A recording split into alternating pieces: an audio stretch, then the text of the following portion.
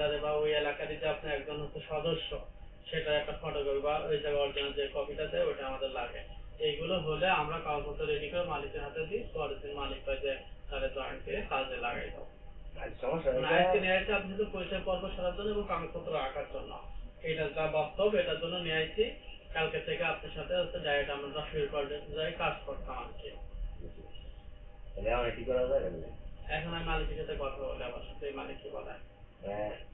আপনার ওই মালিকের সাথে কথা বলেন যে ওনার পুরো আইডি কার্ড 1 নম্বরে, 2 নম্বরে তো লাগবে, 3 নম্বরে তো ছবি আছে, মানে এই 3টা জিনিস ওনার সাথে আছে।